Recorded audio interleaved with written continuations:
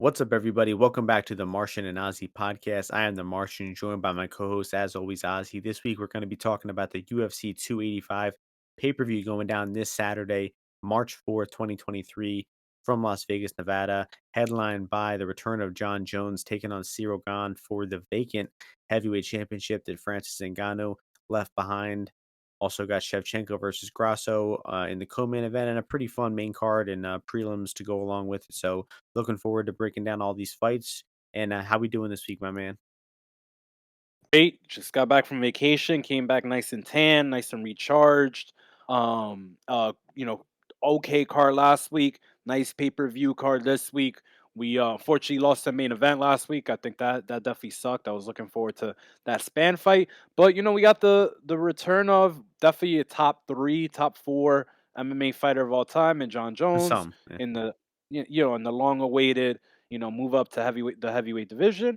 And I'm intrigued. I'm very intrigued to see John Jones. How is he going to approach? How is he going to fight in this new weight class? And fight a guy who in Cyril Gane who's pretty well rounded. We'll see how he could deal with the grappling attack, but definitely let me down in his last fight, that motherfucker.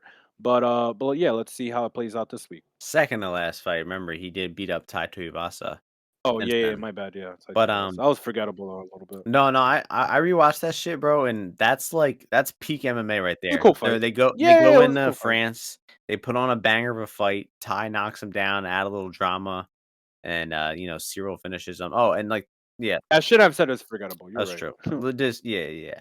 The French fans might have some problems with that. I'm sure we got a ton of them. Yeah, Yep. last week though, some I would say overall not the best. Yeah, obviously Dontel Mays and Victor Oh, Martinez let us down big time. I don't know what I mean. Mays, I understand. Like he got leg kicked. He wanted to stop fighting. The fight was over. I don't know what happened with our boy Victor Martinez. I mean, I truthfully think that safe side you needs to sit him down and really weigh out their options going forward. yeah, that was super strange. I mean, when that peaked at like plus 120 or something like that, I was like, whoa, okay, like, what's going on here? But yeah, I mean, I didn't watch all the fights live. It was a peculiar one for sure. Like the performance, how it ended, right? I mean, or Jordan Levitt. But I mean, otherwise than that, though, pretty solid. Aliev, Joe ITD, right? He got the sub. I don't know if he got the performance of the night bonus. I hope he did. He's got expecting kid, but I let you know that he's looking to make some money. Ode by decision. You called Jasmine pretty definitively. Malat. As soon as Malat got that lunk, as I told you, Johan on the ground. I mean, did you see how he tapped to that arm triangle, He bro? was gasping for air. He was gasping. He was so relieved. He was so relieved when the Malott let it go, and Malott dude wasn't even squeezing it No, like no. barely. That was so embarrassing. They need to put. I told you, Christian Aguilera versus Johan. That's the kind of fight to make because Johan is an absolute. And I don't like to fighter bash, but that guy sucks bad, Yeah, really bad. Like if that guy's in UFC, literally anyone could get there. right. Yeah, one of the rare guys who comes out of CFFC, but still is a Oh bad man, fighter. So Tatiana by submission. That was yeah, the nice. props are good, man. If you guys aren't listening to some other podcasts, I really recommend my boy Narco's show. He's giving out plus money plays, and sometimes I feel like recently you're better off focusing on props, trying to find some big plus money, the round props, the method of victory props. Money lines are tough out there sometimes. The market, is sharp on some of these lines. But I think the props have some big, disparities out there. So you always got to be searching through. Yeah. And I will say, Narco and Tim, and I don't know. There's sometimes a third guest, I think, right? They like rotate Mostly just sometimes, those but two. Narco and Tim, mostly them, but they are absolute scientists as well. With just combining like like three leggers, maybe a four legger here and there, with some like the prop that that a lot of the community or people will be liking like these submission props, especially. I think they had one where it's like Tatiana Malat and like Joe all by submission or inside distance or something like that. That was a great one. I think that was probably like a 20-1. So definitely some, and you only need to hit a few of those, and they've been hitting a lot of them. So I would definitely check that podcast out for Right. sure.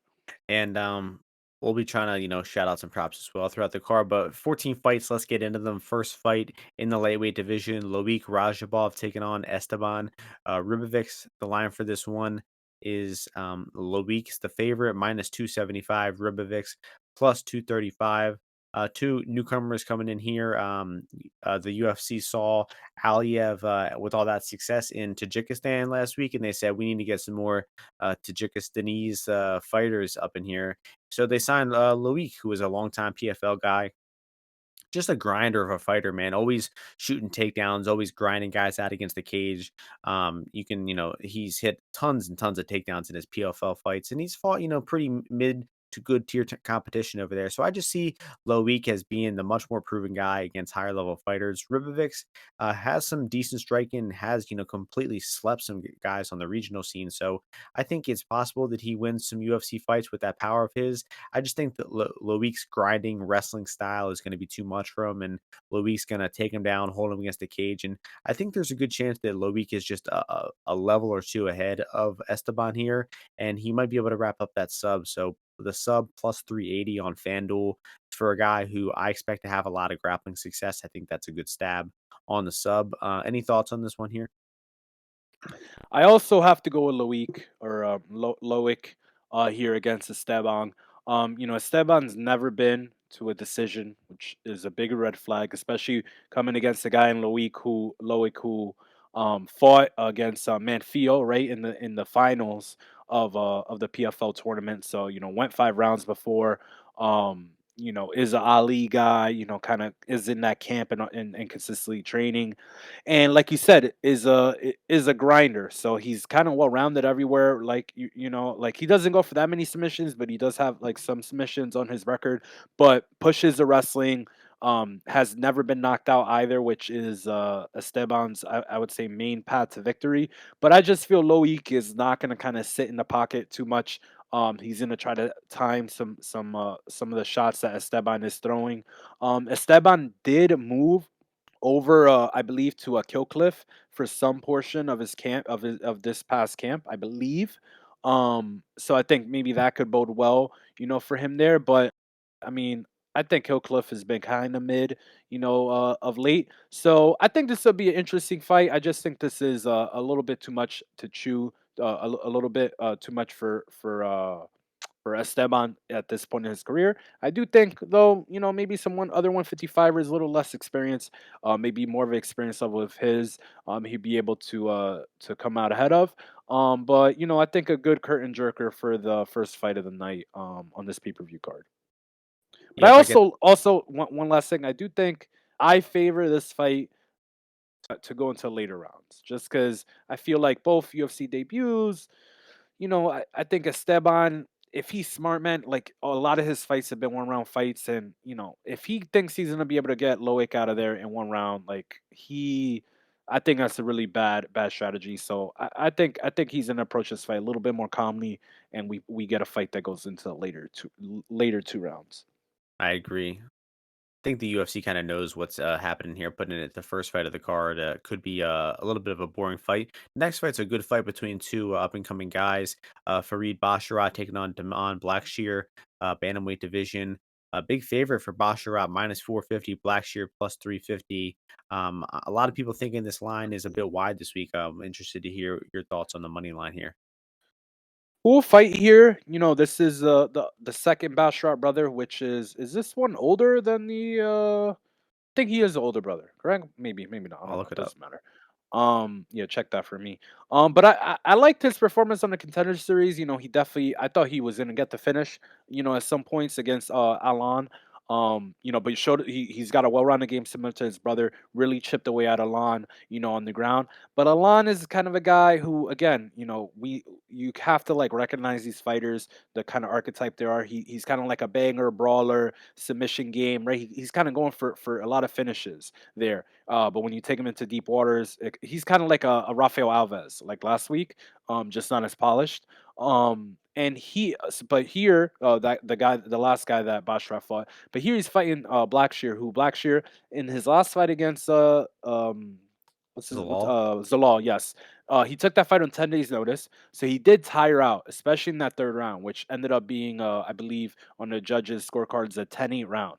But he's consistently pretty dominant in a lot of grappling situations. Like he gets guys grappling with him, and he kind of comes out ahead. He's kind of slick around. He's beat a bunch of good guys. Like Vogel's a solid guy, and Anderson and Smith even both pretty solid. And he finished both those guys, and he only has that loss to to Pat Sabatini and Danny Sabatello. I'm not going to mention the loss to Chris Moutinho because and I'm gonna act like that one did not happen.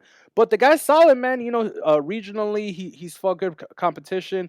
I think his conditioning and cardio is gonna be better here. And I also think the line's a bit wide. I do think that Basharat has his path to victory, and he is a very high floor guy for sure.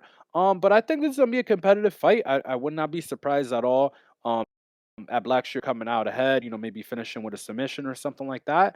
But I think these guys are a lot more closely matched than the sign indicates, just because I'm kind of comparing where I would rank where I have Blackshear overall on the roster of 135ers, and if I'm gonna have um, Bashrat at -400, like I gotta have him really, really high up there, in my opinion, especially in a fight like this. So I like Blackshear as well, and I'm gonna probably have some kind of sprinkle on him, whether it be the money line or him maybe catching some kind of submission here. But I think it's gonna be a really good fight, really fun, a lot of transitions, a lot of action should go on in this one. Yeah, I'm agreeing with most of that there. I see Blackshear as the toughest test of Farid's career thus far. A CFFC proven guy, been scheduled for 5 rounds, fought, I think, 5 guys who have made their way into the UFC at some point. So I just think that that experience is worth a good amount. And the fact that Basharat is, over an 80% favorite, I think is wrong. I think that he likely is the better offensive wrestler and striker here than Blackshear. I definitely see him land in the more damaging strikes of the two. Blackshear's striking is pretty awkward, and most of his fights just turn into grappling fights, though. So if this one turns into grappling, though, I mean, I think it's very live. This one is back and forth. They're both going to be on top of one another. Blackshear can be put on bottom, but he's got pretty good sweeps and submissions off his back.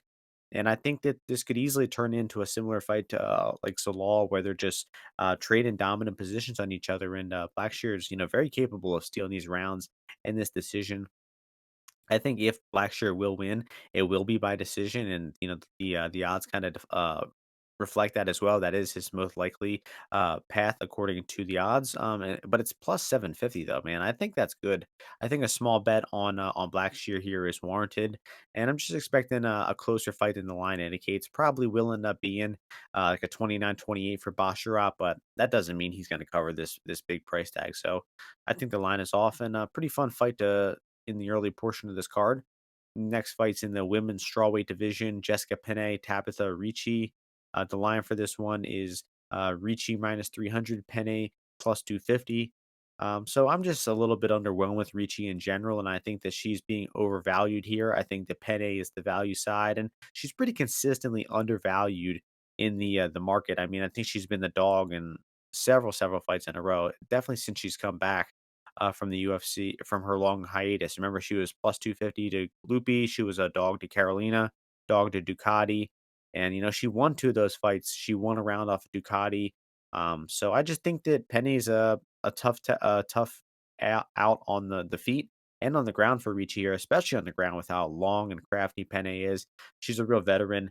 Can't be too excited and about laying a bet on a 39-year-old woman here, but I think she's the value side clearly here, man. So I think, a small to medium bet on Penne is warranted at this price.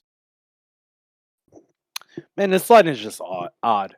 Like, I mean, if you're looking and at Ricci's fights and her performances, like she barely beat Polyana Viana.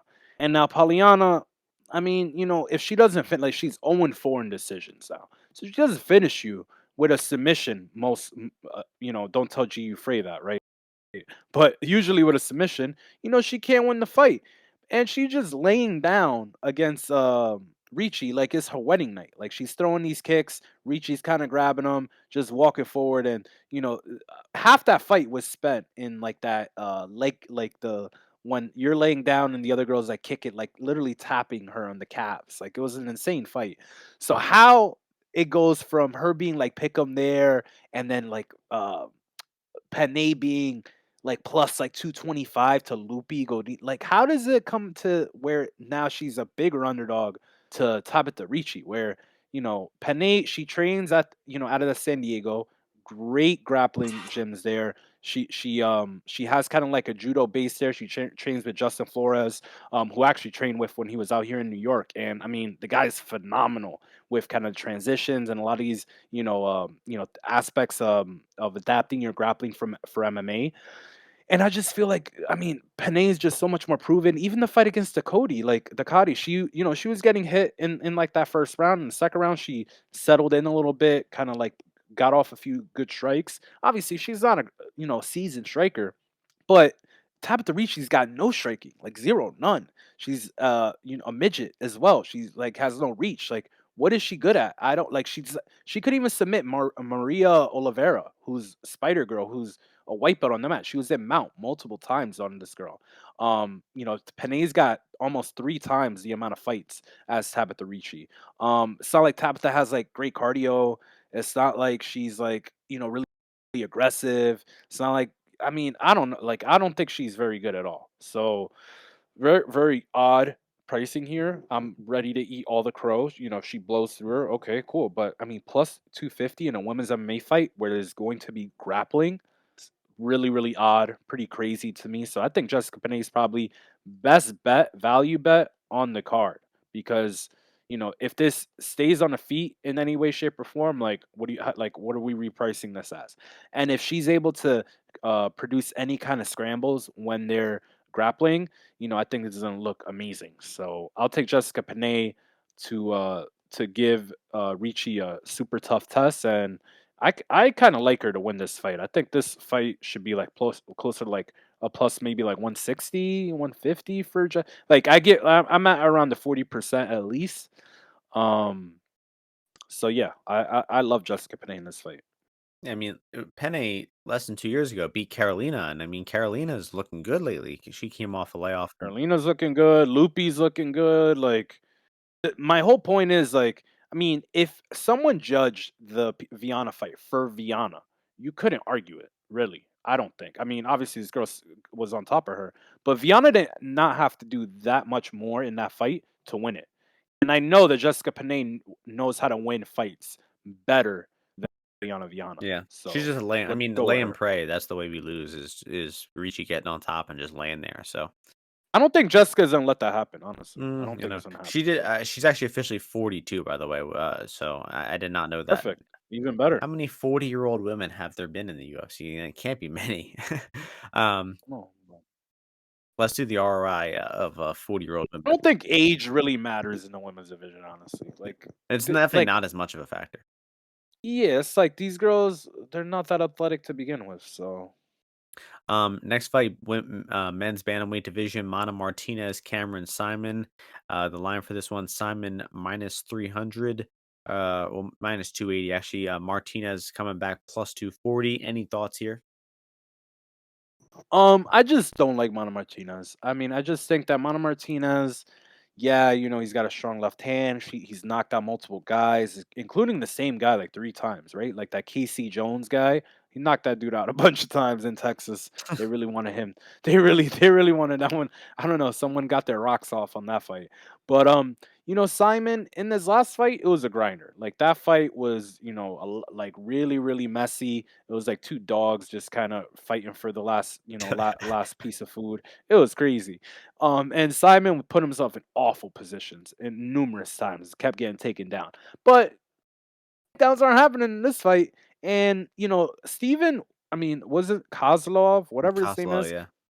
Not a bad grappler, pretty good grappler. And Simon, while being put in bad positions, very often came out ahead of them as well. Came out on top, was moving, showed great cardio, good gas tank. The guy's 22 or just turned 22, I think. So I think this guy's still improving, putting together all his skills in an MMA facet.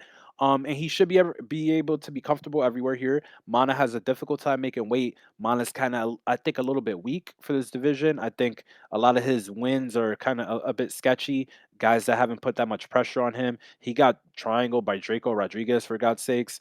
And I just feel Simon's gonna pressure at some point is going to be overwhelming to Mana. I think Mana's not going to be able to find that KO shot, and I think Simon's going to walk away with a relatively easy win after the first like 2 or 3 minutes. That's really how I feel, honestly. Um, and yeah, I mean, I'm not betting on it, but yeah, I just think that Simon's going to beat this guy up at some point, and I kind of like the under here because I just.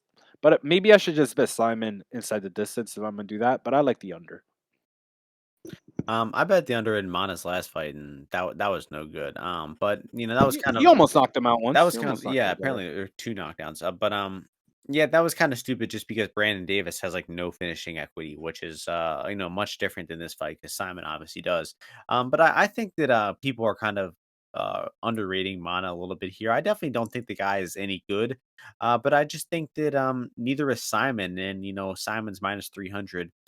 It's a lot of a different matchup than Koslow because Koslow is a grappler, but man, Simon just made so many mistakes in that fight that the guy just looks so green to me that putting him at minus 300 in another UFC fight seems kind of strange to me. And, uh, even in the second round of that fight, I mean, he was still struggling. He was still getting taken down and put on bottom in the third round as well. So it's not like Mana's going to do that. He's not going to come out with an offensive grappling game plan. But I just think that if Simon is struggling and looking sloppy and looking competitive against a guy who really had no business being in the UFC, I think it can continue to happen here, even though Mana is a bit of a different stylistic matchup. This one should be taking place mostly on the feet. And Simon, I think, probably looks better on the feet than he does on the ground. So there's a chance that that Simon can cover this price tag and win the fight. But I just think it's more likely that Mana has a big moment. I mean, I think he really only needs like one big moment to justify his price tag here. If he can hit Simon with a big punch and wobble him, I think he's going to look value for the entire fight. And Mana Martinez, knocked out Jose Johnson with one punch, knocked out Ricky Tercios. Battled through a little bit of a tough fight against Guido and Brandon Davis. Even had a good round three, rocking Honey Lawrence a few times after struggling early there. So I just think the He knocked out Casey Jones as well. yeah, 3 times, yeah. So I just think the guy, he has, like he can put together enough of a moment here to justify being a good bet at plus 250. I would be a little surprised to see, Simon completely cover this price without, any hiccups. So, yeah, I think Mana small bet is warranted. He's also he did leave James Krause. He's not training at Glory MMA anymore, which has to be a benefit for your career going forward. He's training with, Where do you go? Where do you go? Bob Where do you go? Perez is where he's training at now, who is, With the Diaz brothers? no, that's, Richard Perez. Bob Perez Ah, is, fuck. Derek Lewis's coach. Derek Lewis and somebody else. Ah, Um, yeah. Don't remember. Can't remember the face. next fight is, welterweight division, Ian Gary taking on, Song Kanon. The line for this one, Gary minus 800, Song plus 550. So Song coming off a pretty long layoff here. Amazing that this guy has 4 UFC wins. Just truly amazing.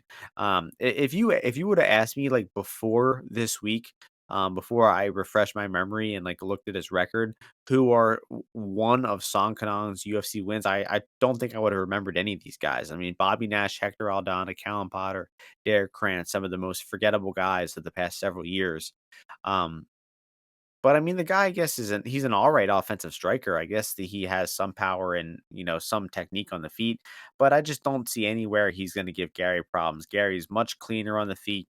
He's a great athlete, getting better, long, lanky guy, and knows how to use his reach pretty well. So to me, it seems like a matter of is Gary going to finish or is he going to win by decision? At times, he can kind of look like a jab and retreat type of fighter, but I think that he's eventually going to sit down on something that hurts Song at some point here, and I don't see Song, sticking around to play scared and see the full 15 minutes. I think that he'll try to make something happen, either kill or be killed. So I think it'll probably be a Gary KO, probably in the second round. I would say.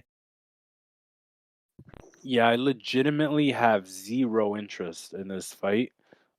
Could not like be bothered really to look at it too much. Ian Gary, he does a few good things. He hides his kicks behind his punches, pretty well. San Kanan, He's only has really hands. I don't think he's gonna be able to have a grappling advantage here. Either. I do think that Ian Gary might slip in for a takedown or two at some point, just because I think Song, maybe his game plan is gonna be to just pressure, right, cut off the cage, come into Gary. And I think that is an underrated portion of Gary's game that maybe some people that haven't watched too much of his CFFC, or not CFFC, Cage Warriors footage know about, is that his grappling is actually not that bad. Both his wrestling and the actual jiu-jitsu aspect of it. But like I said, no interest in this fight. A lot of the props, you're kind of thinking maybe the over, but Song Kanon's there to be hit. And Ian Gary, he's got pretty good timing, and he's interested in pulling the trigger. And I think he knows that. I mean, they're kind of giving him a guy who has some UFC experience and stuff like that.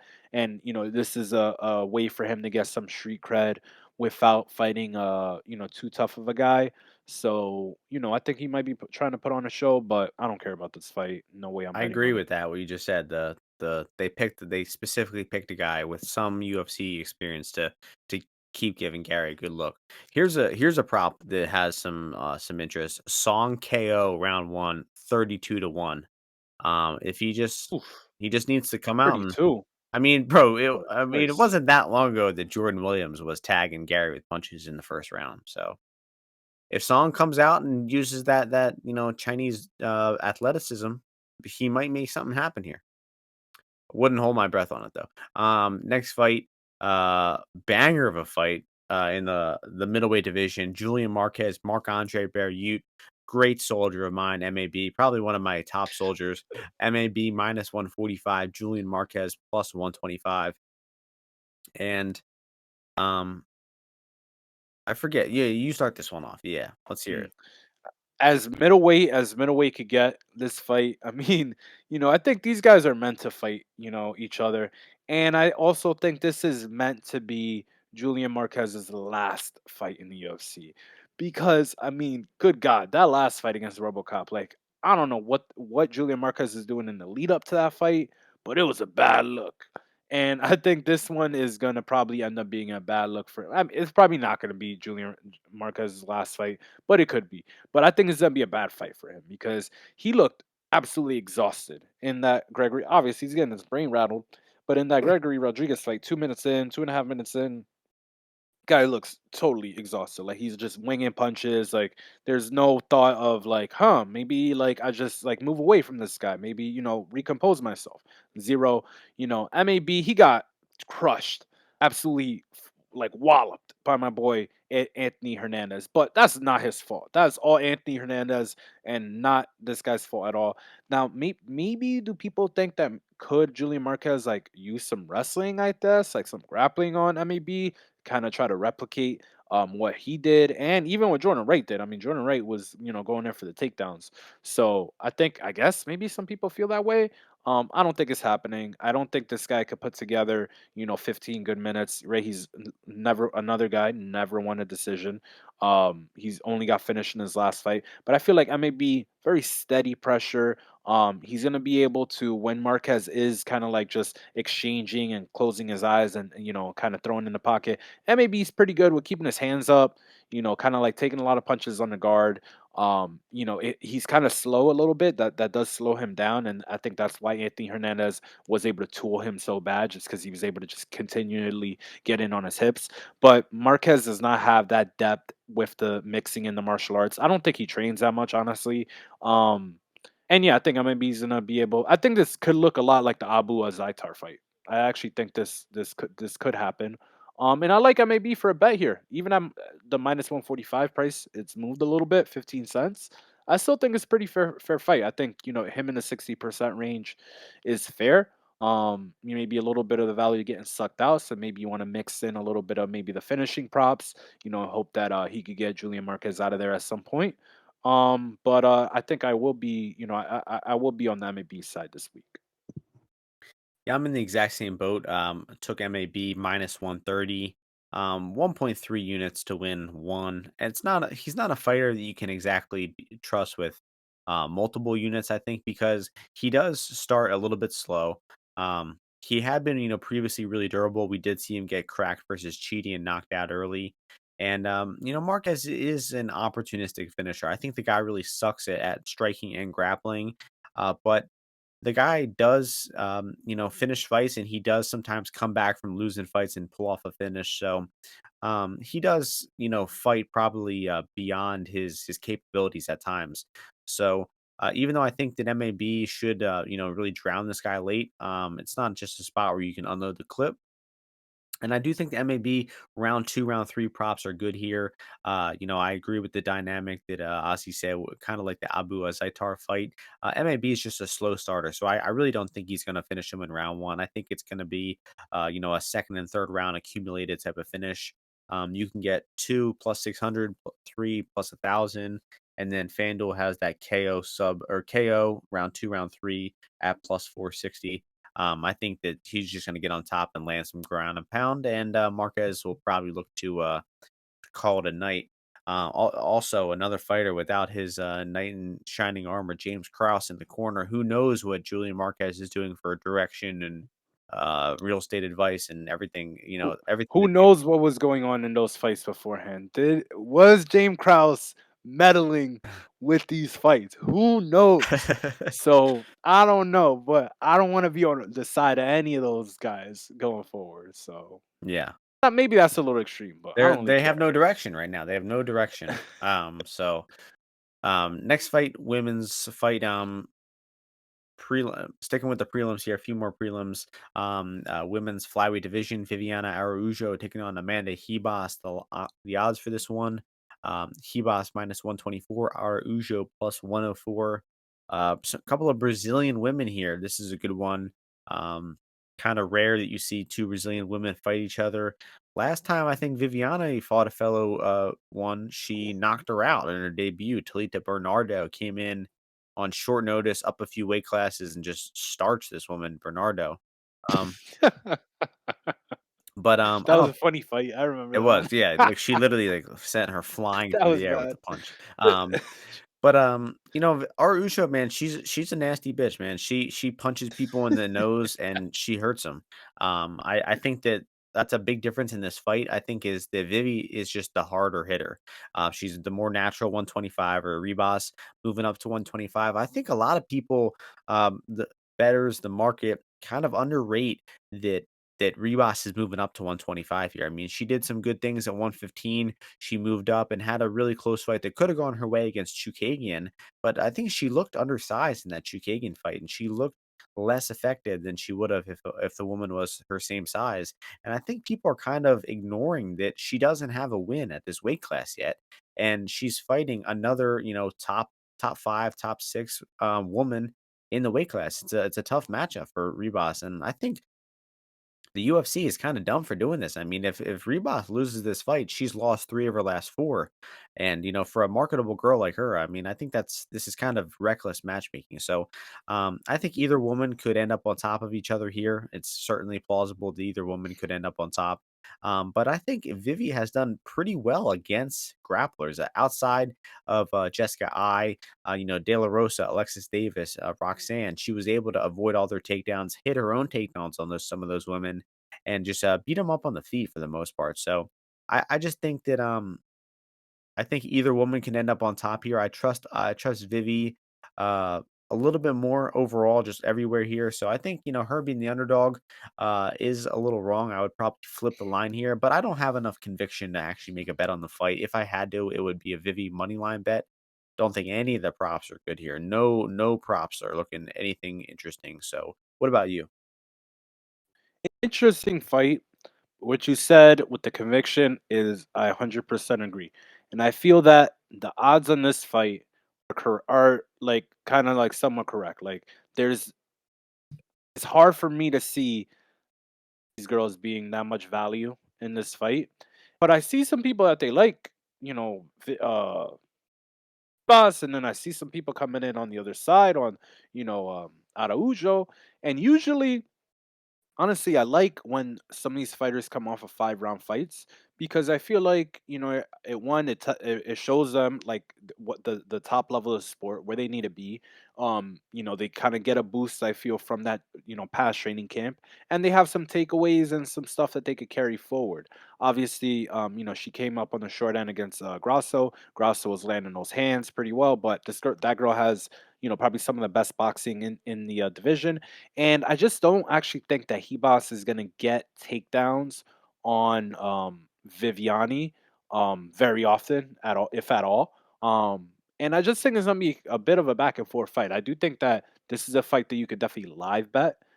Because I feel either girl could turn momentum, quickly, whether that be um Ribas fighting her range, and being able to, pick at Vivi, on the outside and maybe, be a little bit quicker, being the girl that's coming up from 115. Although, Vivi is very quick herself. She's in great shape. Um, but she's a little bit too selective and sometimes tentative. Maybe looking for like too strong of shots and punches. Like I think against Grasso, if I remember right, she used the calf kick a few times, but then kind of abandoned it a few times as well. Where that should be a great weapon for her there against a boxer. And I just feel it's gonna be a close fight. So I definitely will look at it on the live bet side. I am for sure a big fan of Amanda Ribas. I just am not sure how she pulls away too much in this fight because when she does look to kind of exchange punches a bit, you saw against like Rodriguez, she's there to be hit. Her defense is, it's kind of in her movement, right? Her hands are a little low sometimes. So if she is, looking to really poke and land shots on Vivi, I think she's gonna be there to be hit. And I just think these girls are gonna go back and forth a little bit, hoping for a great fight. Low key could be a fight of the night kind of fight. So yeah, I'm just hoping that these girls put on a show. Hopefully, I would hope for Hebas to take home the win, but to be honest, neither girl I see in contention at 125. I agree. I wouldn't be surprised by either woman winning, and I don't even think I would be happier with one result or the other. So whoever is the best live betting line here, I would like to win. So um next fight going into two of the last fights in the prelims. And as far as fights in the prelims go, these fights are absolute bangers, especially this next one. This next fight is about as good of a fight you can watch on free TV in this day and age. Derek Brunson versus Dricus Du Plessis in the middleweight division. Derek Brunson's the dog. DDP is the favorite at minus 230 for DDP. Brunson plus 195 on the comeback. Man, what a banger of a fight. Middleweight division. Ozzy, you can start this one off. Africa's great white hope, the white gorilla. Dricus Du Plessis. He's back already. I thought he would. I thought he was gonna take some time off. He was gonna do some this and that. Maybe do a little tour around Africa, teach a seminar or two. But no, he wants to get in there. He wants the title. He wants to get up into UFC contention. And I feel this is a great fight for them to match him up with. Now, obviously Derek Brunson, he's been around for forever. Like I remember when he fought um what's his name? Yoel Romero. Amazing fight. I think Mike's MMA pick, he put out a nice, little video. Amazing fight. If you haven't watched that fight, go watch that fight. It was great. 2014, awesome fight. Now, since then, he's had a very, very good career. He's only lost to some, absolute killers like Robert Whitaker, Anderson Silva, Souza, Jacare, right? Adesanya.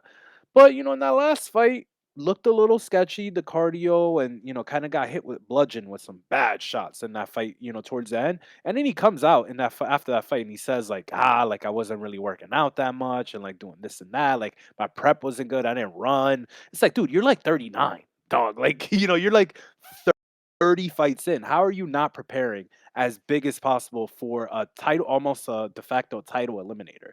So I think, with Brunson, he's a southpaw here, which is always a little bit not sketchy, but always something to consider. In a fight against someone like Dricus or like anyone.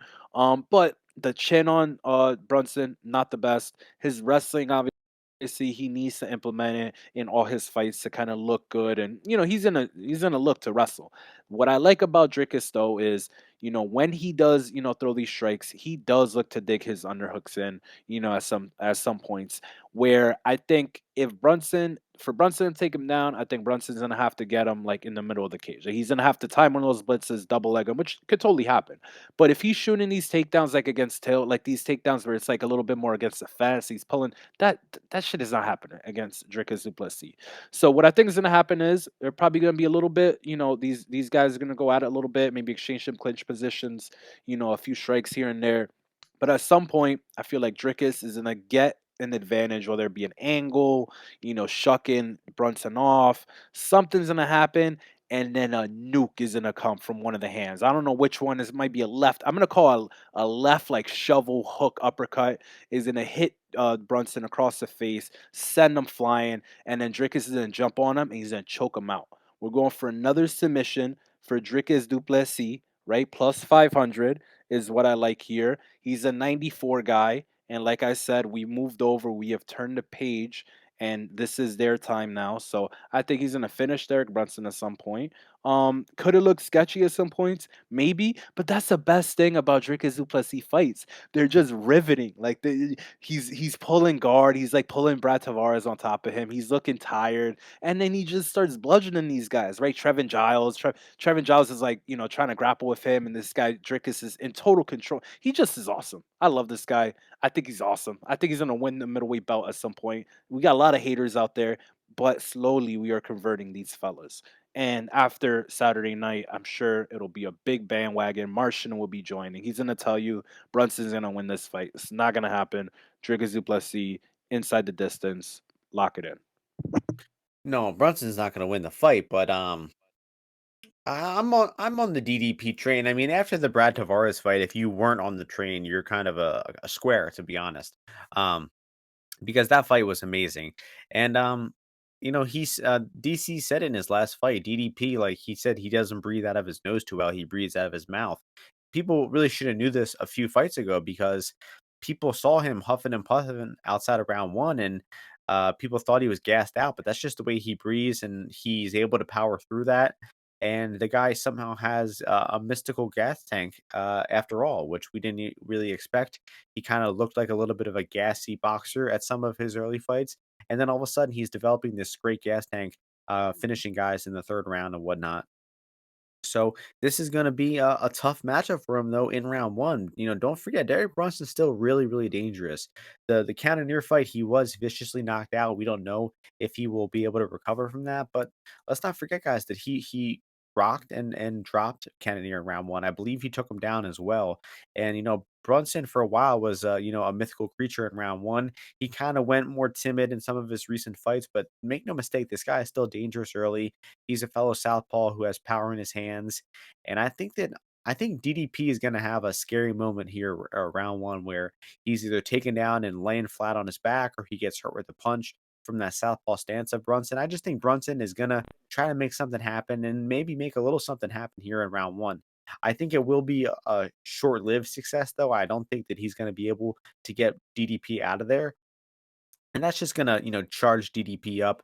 His, the animosity is gonna be building. That cardio is gonna be getting even better. And Brunson, you saw it versus Cannonier. He had that early success, but in round two, he was, dying in there. And it's just if Derek Brunson can't get on top of you and lay on top of you in like the second, third round, or even later, like we've seen in some of his main events, he just looks really tired and vulnerable on the feet. I mean, even in the Darren Till fight, he took him down and won the first two rounds, and then round three started, and he almost got knocked out on the feet in round three before getting that final takedown. So Brunson's not going to have that ability to rest on top here versus DDP with these takedowns. So I think inevitably Brunson will slow down and will probably get finished in the second and third rounds. But I don't think DDP is a safe bet at minus 230 before the fight at all. I would be looking for a DDP live bet here. After Brunson has that initial moment of success. So hopefully this turns out to be the entertaining banger we all hope it will be.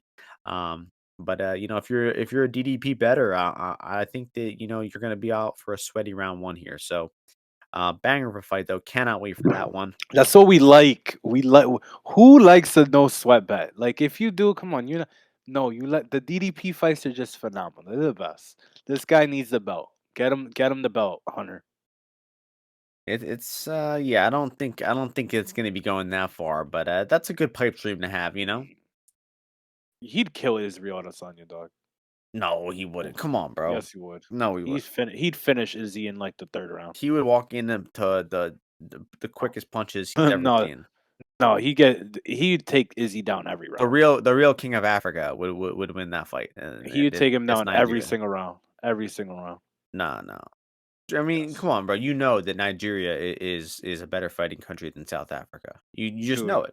it. It doesn't matter because DDP actually lives in Africa. He's actually South African. What is that supposed to mean? Are you trying to He make an lives accusation? in No, I just stated a fact. He lives in Africa. Yeah, that is a good point, but I don't know. That would be a good fight. The Battle of Africa at 185 at one point. That would sell tickets. That would definitely sell tickets. Anyway, bantamweight title fight or not, excuse me, not title fight. Bantamweight fight next, last prelim of the card. Cody Garbrandt making his comeback versus Trevin Jones. Will it be a comeback though? I don't know. Cody Garbrandt minus 175, Trevin Jones plus 150. So initially, I was thinking this is probably an easy enough matchup for Cody that he should win, but man, I'm not putting any faith in this guy in the year 2023. And if you're laying juice on Cody Garbrandt in 2023, man, you're either you're either fucking crazy or you could be, potentially a genius if he covers his price tag. But I don't know, man. I think that you would have to have some massive balls to lay this juice on him, and it's just such a high risk, low reward. I mean, I do not see him covering this price tag and looking like an easy bet at minus 175. So I think the only way you could be looking to bet this money line is Trevin Jones.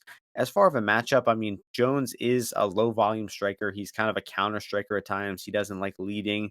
He doesn't typically grapple, although he has in the past. He's an all right wrestler. But Jones just doesn't do a whole lot in there. In Cody's last fight, you had Kai France, who's an extremely aggressive, puncher. He crowds you, he boxes in the pocket. Just a nightmare matchup for Cody. This time, Trevin, a lower volume outside striker, he definitely could win this fight, Cody Garbrandt, by sticking and moving, limiting his volume, not trying to brawl in the pocket. But I think that means he will need to win by decision, Cody. I don't think he's going to knock Trevin out. We've seen Trevin take a beating from some guys and keep fighting, never been knocked out in his career. So I think that if Cody's winning, it's going to be by decision, while I think that Jones has the better chance to win by finish and decision. I definitely think finish would be better for him here. And that's why I have a bet on this fight. Trevin Jones, no scorecards. Um, it's plus 165 on DraftKings, much better line out there than on Bet Online and on FanDuel. Yeah, so it's plus 115 on Bet Online, and it's getting bet down. So I think that 165 is really good. I just think that Trevin has a better chance to finish the fight. So the fact that he's the underdog to win in the no scorecards market seems wrong to me. Just the fight going the distance in general, plus 225, that seems really wrong. I mean, I think this is going to be a kind of low volume, tepid striking fight, kind of similar to some of Jones's fights.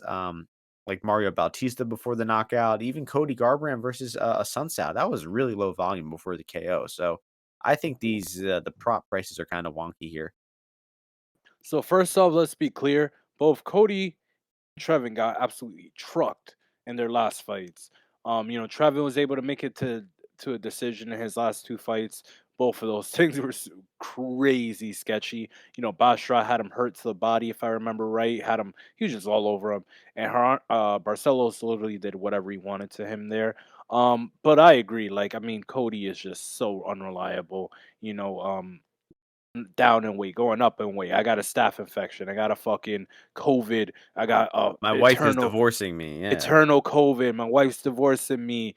I'm my, moving. He's training at Alpha Male. He's training with Mark Henry. This guy's all over the place he breeds pit and bulls too. breeds pit bulls. He's got Ali as his manager. He just does a lot of weird stuff. Like, why is Ali his manager? Makes no sense. Why? Like, why was he gonna fight Julio Arce? Like, I'll tell you. with 1000% certainty, Julio Arce was gonna end this guy's career, and it was unfortunate. And I heard how it happened, how Julio tore his ACL. It was an unfortunate thing, but that was a death sentence for Cody Garbrandt, and he has somewhat of a lifeline here against Trevin Jones because, like you said, low volume guy, southpaw, kind of doesn't know like what are we trying to do? Are we trying to grapple? Are we trying to knock the guy out? Are we trying to like kick back? What are we doing? Trevin Jones doesn't really know. Cody Garbrandt doesn't really know either because he's shooting takedowns on Rob Font in round one, tiring himself out. Then he's getting beat to shreds. Then we're telling Kai Kara France come bring it after he's rocked you. The guy's an idiot. And if you bet on him, if you fucking bet on him, you're an idiot too. Stop listening to the podcast. If you bet on Cody Garbrandt, I don't care if he wins. I don't care if he wins by a first round knockout, first 10-second knockout. The guy's an idiot. And if he doesn't win this fight, his career is over. He'll be 12-6. He'll be 30, going on 32 years old. And this is not kind of guys that I like that I want to bet. He's pulling out of fights, with Ronnie Yahya, like, or oh no, excuse me, Ronnie Yahya pulled out a few times, but he's waiting around for Ronnie Yahya because he's like, let me get a guy that can't hurt me, right? That can't knock me out. It's very clear this guy's lost all confidence. And I've lost all confidence in him as well. You should as well. So, um, the sharp guy like guys that I respect, they like Trevin Jones. They like Trevin Jones potentially finishing him inside the distance, like in the plus 300, area, or Cody by decision. That's what the sharp guys that I've talked to have liked, and yeah, but I will not have $1 on this fight. Looking at Cody's Instagram, he is training with some good guys. Dewey Cooper, my boy Tim Kwamba, the Basharat brothers. So he's got some good guys in there. The, So bro, now the he's in Vegas. The So now Basharat he's in brothers Vegas. are taking it easy on. Imagine what Javi Javi, would kill. Come on, man. I he would mean, literally be minus 300 over oh my Cody. god. I truly think This is- so. Um, so yeah. Oh, he's Cody Garbrandt's like smoking weed and stuff on his Instagram too. Oh man, come on, I mean, you hate to dude, see that. there's And something off with Cody. I'm by the way, telling you. they're American Bulldogs, not pit bulls too. So sorry about that. But anyway, main card time. I Don't honestly tell think Chad that. this main card is built really well. Outside of the stupid fucking co-main event with Valentina's bitch ass.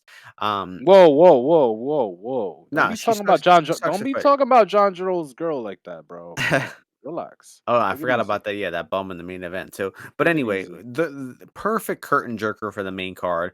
Bo Nickel taking on Jamie Pickett, middleweight division.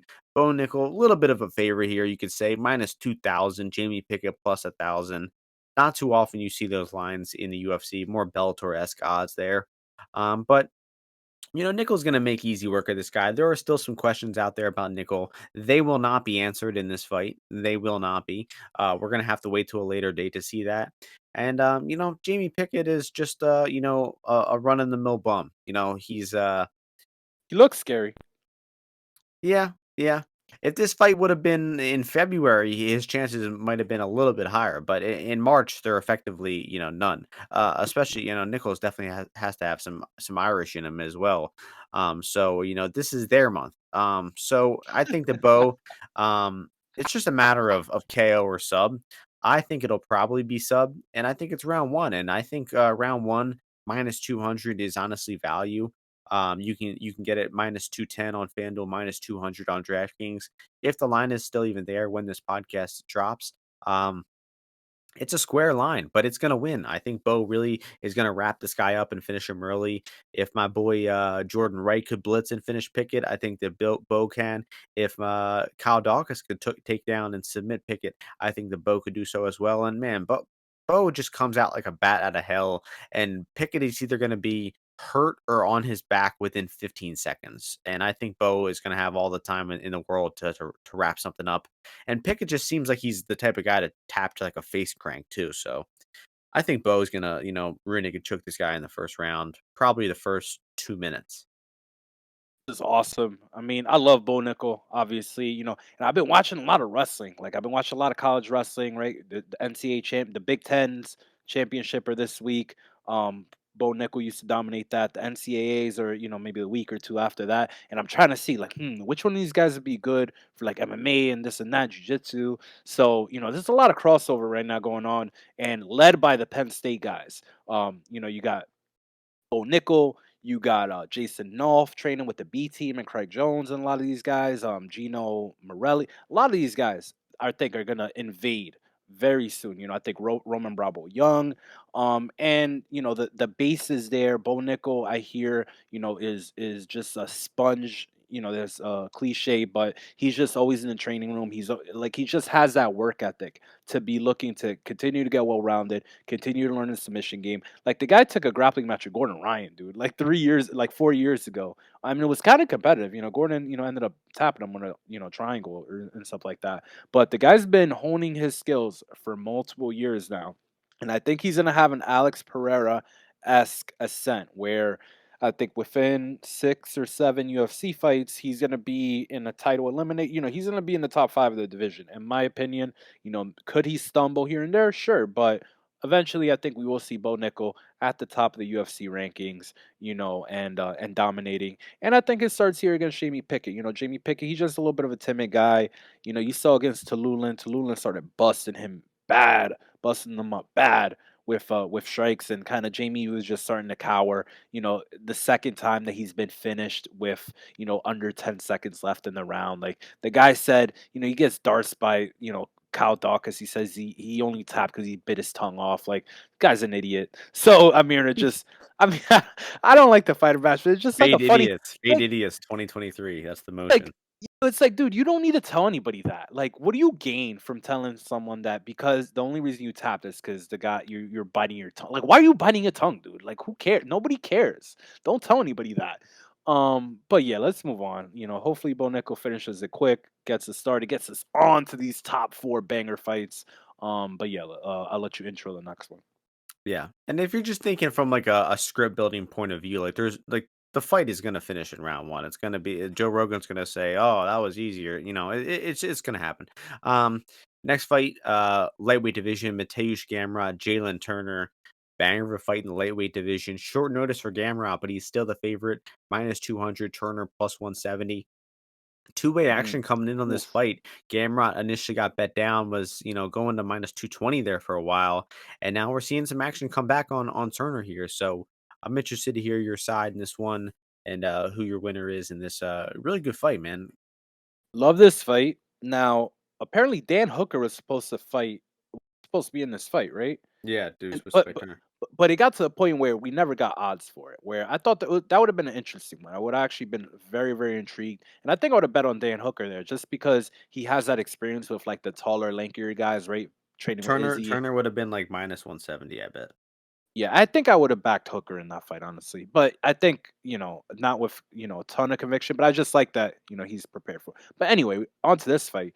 I was kind of like thinking, all right, like what are the faults that Turner can maybe exploit here that maybe we saw against, Beneil, where, he kind of, he couldn't get the grappling going, and Beneil was just chipping away, right? He was landing in some step in knees right in there. He was landing that left hand a lot, and all. But looking back in that fight, like I think I mean, Gamrot is an absolute animal, and Beneil, and we bet Beneil. We were big on Beneil in that fight. Very, very supportive, and that thing got like plus like 240. It was insane how much they were paying you. They were like begging you to take Beneil in that fight. But Beneil did so amazing defending some of these takedowns and some of the scrambles that he was comfortable getting in, leg entanglements, scraping, Probably highlight of the year, probably. amazing. Probably top five moments. It was great, peeling Gamrot off his hips, digging underhooks, squaring back up. It was a masterclass. Like the people were talking about the Islam, like Volkanovski performance against Islam, dude. Neal's performance against Gamrot, I think one of the better, anti-wrestling performances you will Ever. ever Ever. see in an MMA fight, literally ever. Because this guy Gamrot is like when he gets one of those legs, he's like even that last takedown he lands where he kind of like scoops, it's almost like a fireman's carry that he finishes. It was just great. But now getting into this one, I love Gamrot in this spot and in this fight because he subtly is a bit hard to hit, especially early on. He's either all the way in or all the way out. Like he kind of like backs up and he stays in kind of like that kick range, quite often where it's kind of what he's actually doing is it's purposeful because he is encouraging you to throw kicks at him because he likes catching the kicks, whether they be low kicks that he reaches down for, whether it be body kicks, even a head kick the guy will catch. And while yeah, Turner is dangerous, Gamrot's just so well schooled in it that I'm not gonna say like, oh man, you better watch out because of Jalen Turner. This, whatever, I don't care. And some of these things with Jalen Turner, he's just so hyper aggressive against Jamie Malarkey, against freaking Uros Medic, against Brock Weaver, where he's not really kind of like, factoring in sometimes like some of the takedown threat that is there. And it's going to be consistent against Gamrot. Gamrot, like I said, hard to hit, consistently moving, consistently cutting angles, shifting stances, attacking. When he gets in on these legs, he's doing some really, really creative stuff where he's kind of like switching, kind of like chasing the back sometimes. He's kind of doing like subtle kind of like leg drags that are getting him to like a secondary side where you really need to be digging underhooks on one side and then the guy's switching and you gotta have to, dig on the other side. Like, Turner's gonna probably go for a guillotine, stuff like that. And I just think it's gonna go bad for him. He's gonna get put on his back. And once he is on his back, I just don't see the reactions to get up that he's gonna need here. And I actually think I'm leaning towards Gamrot getting some kind of finish at some point with wearing out Turner with the relentless grappling pace. There's the second week in a row that we're talking about the pace, the dance revolution of the grappling, where every time you're going two times for every time that guy's going once. You're going three times for every time the guy's going once. And it just adds up. It overwhelms you. It like overheats your brain and you end up making mistakes and you kind of start getting drowned. And I think that's gonna Just like happen what here. happened to CDF. His Similar his his fucking rib imploded. Exactly right, but you saw there that like Gamrot just would not stop in some of these transitions, and he's just beating you to the corner. He's beating you to the angle, and I just think Jalen Turner, he's dangerous. Hit the whip on this guy on the shots that he put out like on Malarkey were just tremendous, like super scary. Like you can't be getting hit with those. But Malarkey's got zero deep. Like he was getting clobbered by Michael Johnson, right? Let's not forget that.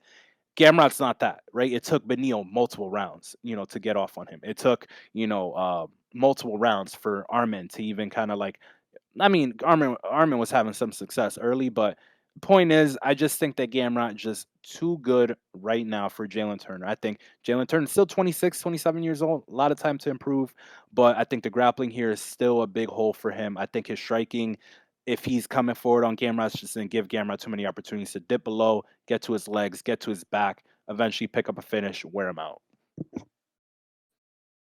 Yeah, I'm thinking along the same lines. I won't spend too much time reiterating the same points. What I will though is just to gush about Benny Dariush a little bit more. That performance might have just been like one of the best in MMA ever because he showed he was elite at defending takedowns, striking, cardio, figuring the fight out as it goes, and it's important because Gamrot didn't look so good in that fight, but you really have to appreciate how good Beneil Dariush is, and just like Gamrot's most recent opponents, I mean, he's fought three guys in a row, Carlos Diego Ferreira, Arman Tsarukyan, and Beneil Dariush, who are some of the best defensive grapplers in all of the UFC, not just the lightweight division, but all of the UFC. And Gamrot, was able to win two out of three of those fights, put up respectable performances in all of them. And I just think that people are getting a little confused because he's fought such good grapplers in a row. What he was able to do to those guys is really impressive, knowing how good of grapplers they are. Now, Jalen Turner in that Frivola fight, I just seen a lot of mistakes that it's possible that he is able to fix all those holes and to completely level up his defensive grappling, but I just saw too much, too many weaknesses in that fight for him to overcome all of them in this fight. Because Turner's recent strength of schedule has been pretty bad. I mean, he's on a nasty win streak of finishes. Only two real good wins in Malarkey and Riddell, and both of those guys are a tier or two below Gamrot, probably two tiers below Gamrot, if we're being honest. So I just think this matchup for Turner is too much. The guy is, getting better as a striker athletically. He's really leveling up, but I just think that we haven't seen him prove that his defensive grappling is leveling up at the same rate as some of the other areas of his game. And that's truly where the fight comes down to is defensive grappling.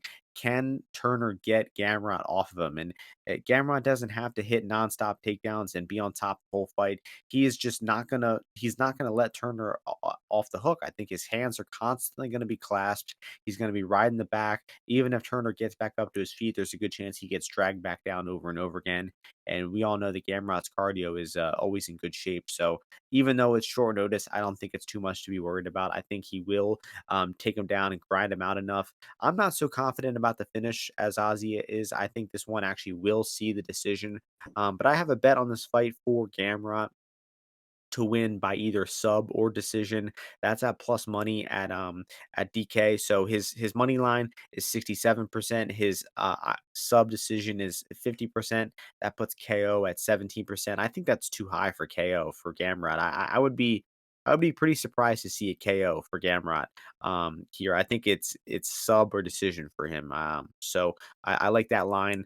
And I honestly do think that Turner will somehow stretch it to a decision here. So that'll be my pick, Gamrot One decision. Yeah. Go ahead. One last thing too, I recalled, Turner was complaining that, after his last fight, he had tore his tricep, and he said it was giving him a lot, hard time even into late last year with the recovery and all these kinds of things where he was, like, super frustrated by it. Like you said, like, his arm was not working properly. So I don't like that overall. Just wanted to mention that as well. Yeah, that's definitely not something good. Interview that he did at the end of November. He was like, "Hey, like I really want to be back, but my arms not working correctly." He's like, "I'm just sitting on my ass and playing Call of Duty." So, Hmm. All right, well, that'll what move do you us think along to about? the welterweight next. Jeff Neal taking on Shavkat-Rakhmonov. Shavkat making his pay-per-view debut. Big favorite for Shavkat, minus 500. Jeff Neal plus 375.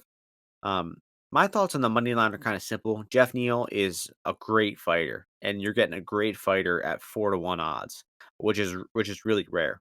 Um, and Shavkat is very promising. I think that he has potential to be a lot better than Jeff Neal. But as of right now, I don't think he's more proven than Jeff Neal. I think that there's still um, a good amount of questions out there about Shavkat that we haven't gotten to see answered because his UFC strength of schedule hasn't been too good.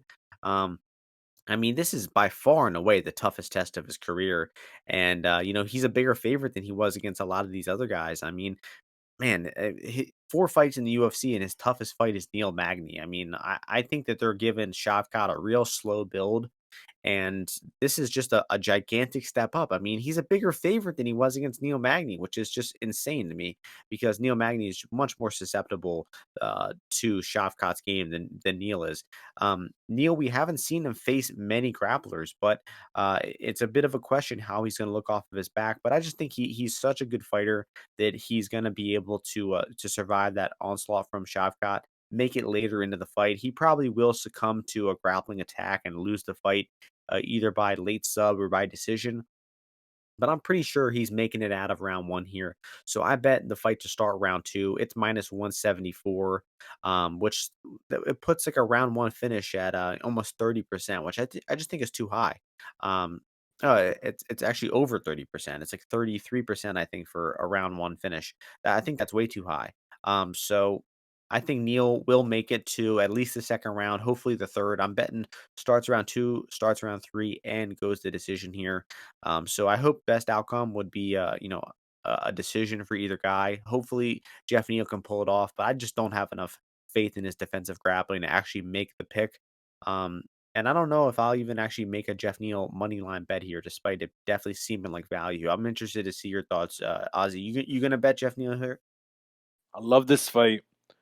Love Jeff Neal. Jeff Neal has a prodigious left hand. I remember I had a buddy who doesn't watch MMA. I had him over for Jeff Neal versus Nico Price. And he saw Jeff Neal throwing his left hand. And he's like, yo, who the hell is this guy? Is he fighting for the belt? Like, how highly ranked is he? And I told him it was like Jeff Neal unranked and stuff like that. He's like, no, no, no, no.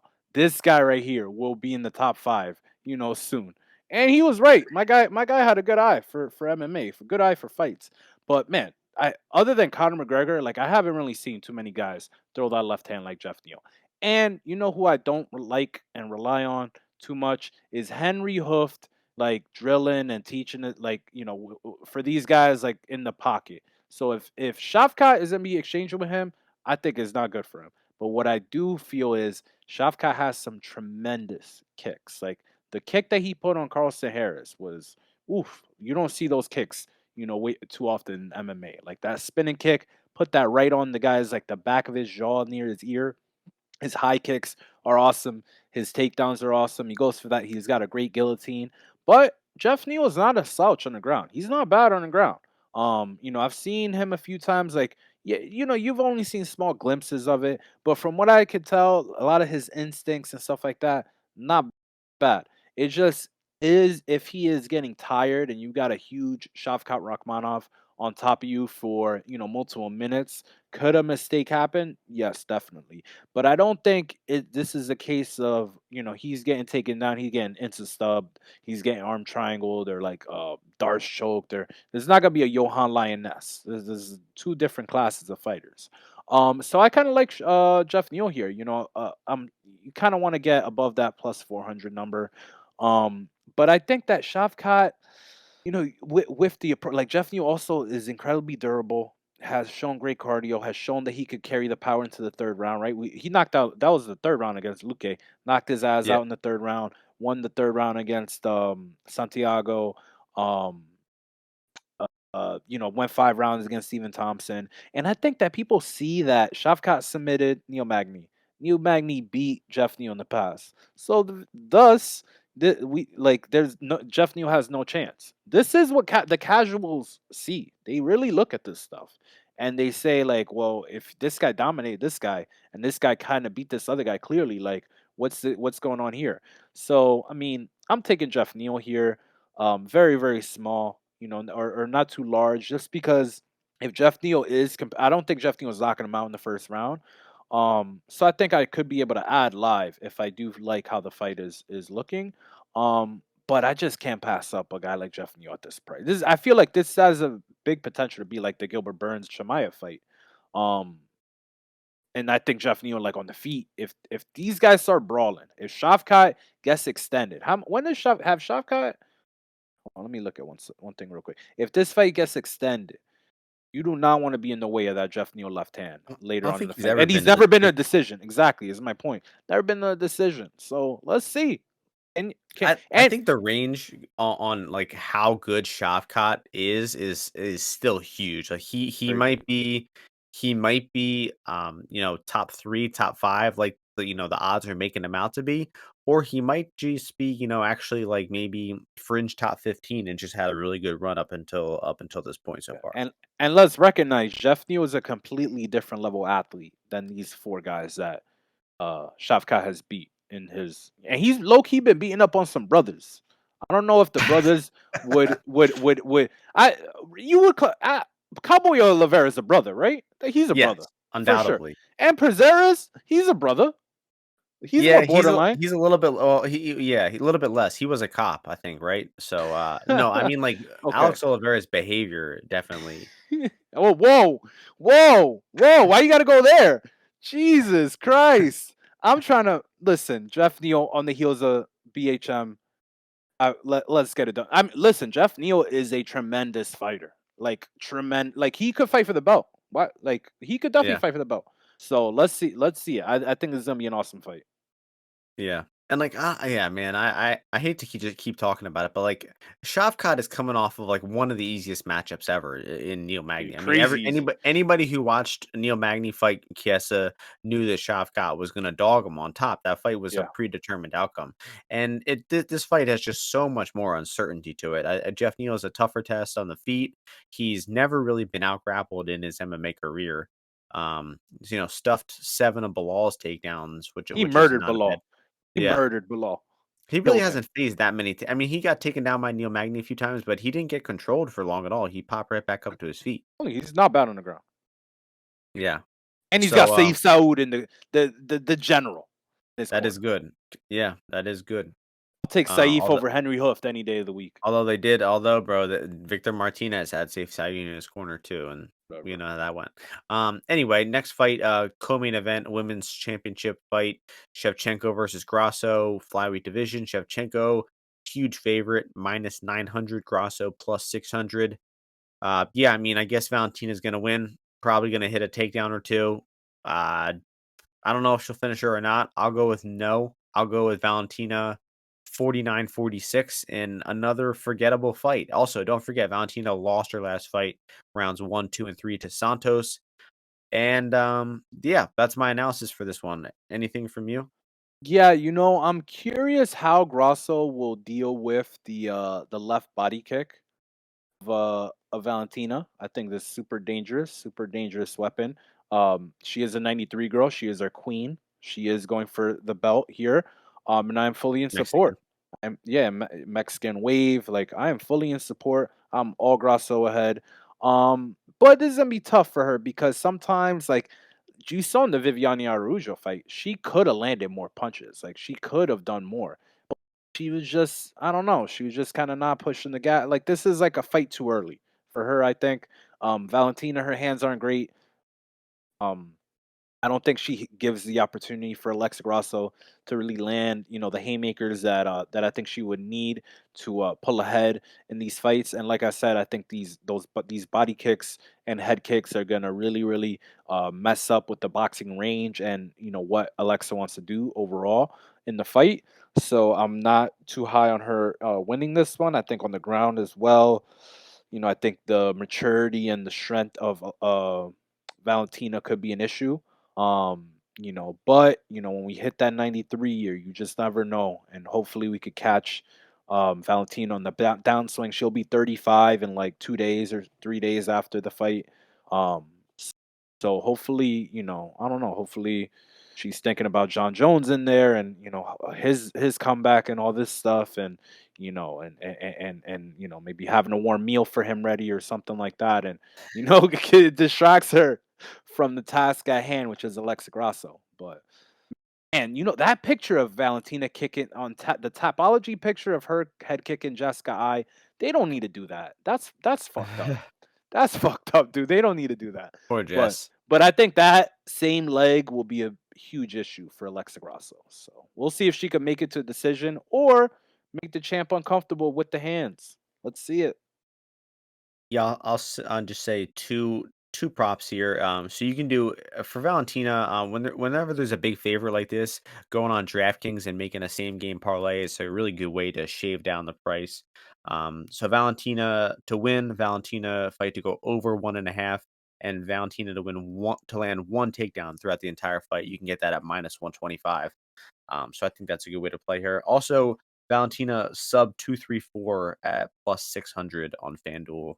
Um, I just think that the positional dominance is probably going to be pretty significant for Valentina here, and the way Grasso got submitted so quickly versus Suarez, not a good look, I think, and it's kind of relevant for this fight. So look out for that. Main event time. Heavyweight division for the vacant belt. Francis Ngannou left the UFC. Dana White's the greatest promoter in the history of the universe was not able to work out a deal with the heavyweight champion. So that's always good when that happens. John Jones coming off a 3-year layoff, moving up to heavyweight for the first time ever, taking on Cyril Gane. The odds for this one: John Jones minus 170, Cyril Gane plus 145. I'm sure everybody out there has a pretty passionate take on this one. I'm interested to see your thoughts on this one. Your turn to start it off. Wow, he's really listen. We still need a man. The John Jones is the only fighter ever to get a card completely moved out of the state, like on like a whims. Like how much notice? It was like It was like 8 days, was wasn't it? it that? No, I thought it was less, but man, I thought it was like 3 days. But I could be misremembering. Maybe it wasn't. But that I was think it was like crazy. 5 to 8, 5 to 8, somewhere All in right. that Well, range. I feel like we're still in the realm in the area where this fight could not happen. But anyway, finally happening. John Jones, he's looked shitty in his last 3 fights, 4 fights. Not the Gustafson fight was okay, but the 3 fights after that, total crap fight. I'll be honest with you. Up until this fight, I hadn't watched the Anthony Smith or the Thiago Santos fights in full because I was like, why am I watching these? Like, the whole debacle with the Anthony Smith and the DQ and all this stuff. But whatever. Let's get into this fight now. The most curious thing that I'm the thing that I'm the most curious about is what style of takedowns does John Jones go for? Do we see a freestyle kind of, we're shooting in on the legs and things like that? I don't know how good that'll work on Cyril Gane just because of how nimble Cyril Gane is, the range that he keeps, the fact that he likes throwing these front kicks, he likes launching in some uppercuts, some step in knees, all these kinds of things. And John Jones has never really been too much of a leg attack kind of guy. I know he did double leg DC, if I remember right, like somewhere kind of like against the fence. So basically, that's what I'm getting at. I feel that the takedowns here, if they come, they're going to be clinch takedowns or they're going to be like very close to the fence takedowns. But the fact that Cyril Gane is just so fleet of foot, he's able to angle to both directions because he's comfortable, fighting southpaw or orthodox. He can kick with either leg as well.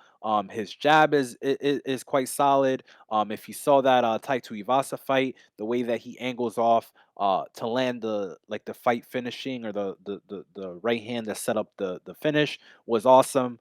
So I think he brings a lot of weapons here against Sean Jones that he's literally never seen before. Like he's not seeing it with Maurice Green, I'll tell you that much.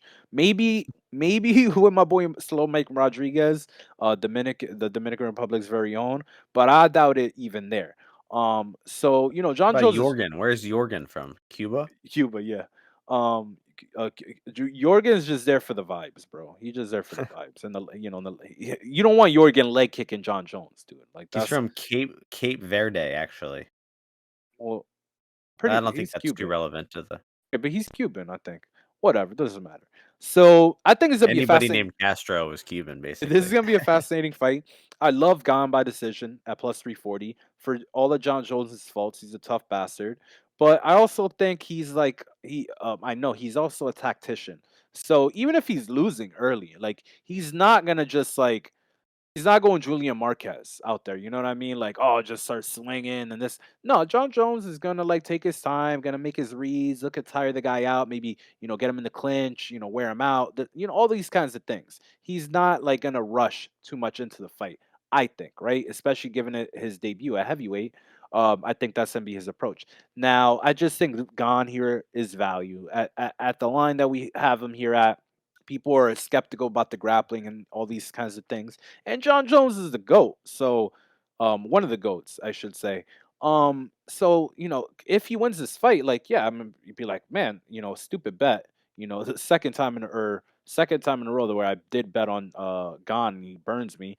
But I just think he's gonna get this fight done. He's gonna present the problems to John Jones. And I'm not too sure and confident that John Jones at 35, almost 36 years old, 3 years out, training with Maurice Green, is going to necessarily have the answers to it. So I like Gon. I like Gon by decision. I think this fight is going to go late. I don't think that John Jones is going to submit him.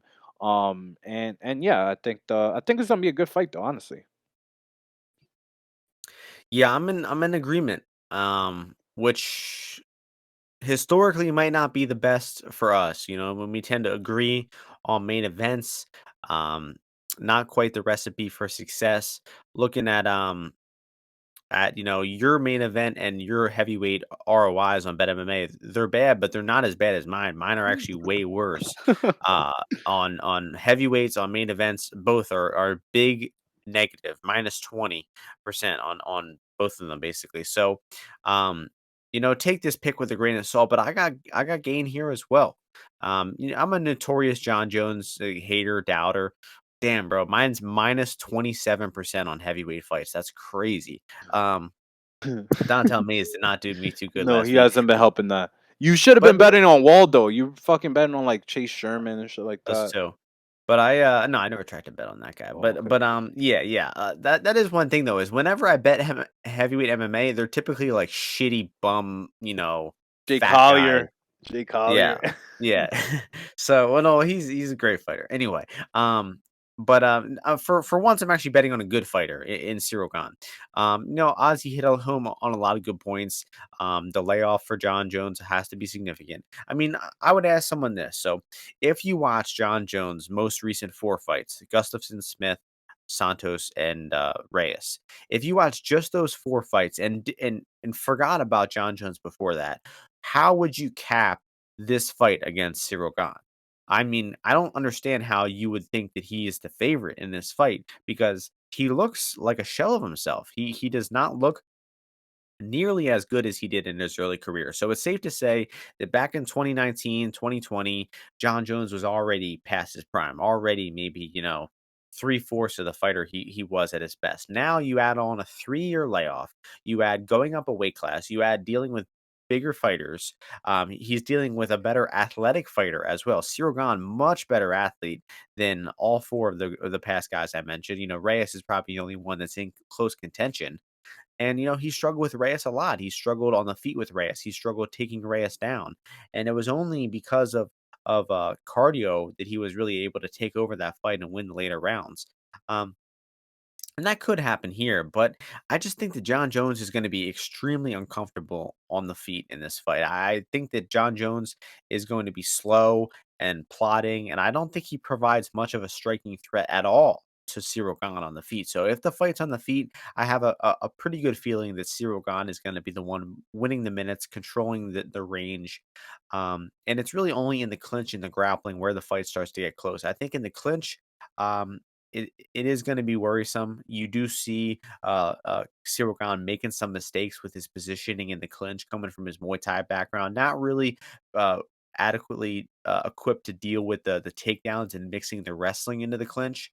But he's got to be steadily getting better. That's got to be one of his areas where he's focusing his training. And obviously, the Ngannou fight, people are going to point at that and say he got taken down by Ngannou. He got put on bottom, stuck on bottom there. That is all true. But he also won the first 2 rounds versus Ngannou. Ngannou hit that takedown off a caught kick.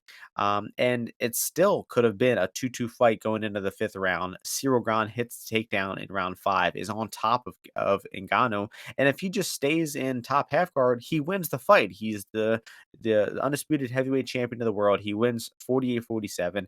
Instead, he dives on a leg lock, loses the position, loses the fight. But even in a fight where he got made a lot of mistakes, he got taken down, he got put on bottom, he was still an inch away from winning the fight if it weren't for some idiotic move going for a leg lock. So I really don't think that that example of, "Oh, he got taken down by Ngannou," is too relevant because Ngannou, is a much more proven heavyweight. He's still a great athlete. He was able to battle through a lot of adversity to get those takedowns in that fight, which I'm not sure John Jones is gonna be able to do.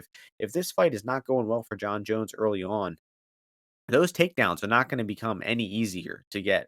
So I think that if he doesn't take Gon down in the 1st round, I think he might be drawing a little bit dead here. I really don't see Jones building into the fight that well. I think that he needs to start fast. And considering that he's coming off a 3-year layoff, considering he didn't start fast in his past 4 fights, I don't like his chances at all in this fight. I think that it is Cyril Gane's fight. I think that I would personally cap Cyril Gane as the favorite in this fight. And there's just there's so many red flags with John Jones. And I think the only reason he's the favorite in this fight is because people are remembering, oh, he was a killer in 2011, 2013, 2015. He was the best fighter in the sport. Well, I think he's at least 5 years past his prime. The DC 2 fight was the last time he looked like a truly elite fighter. And I think that it's Cyril Gane's time, man. I think that Jones is. I honestly give credit to Jones for coming back. I didn't think he would actually ever make this walk at heavyweight, but here he is. He's going right into the lion's den against Cyril Gane. Probably one of the worst matchups he could take. I mean, Ngannou I think is the worst matchup of the two, but Cyril Gane is still a really tough matchup. So I give Jones some credit for coming back and taking the fight, but I still think it's a bad matchup for him. I still think he loses the fight via decision and we cashed those Cyril Gane tickets at plus money. But I gave you guys a warning before the fight started. The statistics do not point to me being the one to listen to about heavyweight main events. So take it with a grain of salt. Any closing thoughts here, Ozzy? No, just how many fights was on this card? 13? 14. 14. So With it's a fat card. Hopefully it kind of start this thing, freaking early. But March is great. It's just a great month. It's great MMA, right? We were talking about the Bellator card that's coming up. It's just gonna be great. The next 6 weeks are gonna be phenomenal. between, and then we got the Newark UFC card as well. Just phenomenal spring up, starting off Yep. this week, and let's make some hay. Let's make some hay. Great point. Great point. We were saying in the first, half of the year, that early portion of the year was all new contender series, was all debut fighters. March is really when the cards start heating up. The main events are getting good. The fights all around look really good, and yeah, I'm excited about the next month of Next fights. week we got Like people, Marab versus Peter Yan. What? we got a whole bunch of good fights on that card, and we'll be back to talk about them. This one went a little long, about 90 minutes, but we provided some hard hitting analysis as always. So, hope everyone enjoys the podcast, wins some fights or wins some bets, enjoys the fights, and go Cyril Gane this weekend, man. It's time for John Jones. It's time to be over, and we will catch you all next week. Peace out, everybody.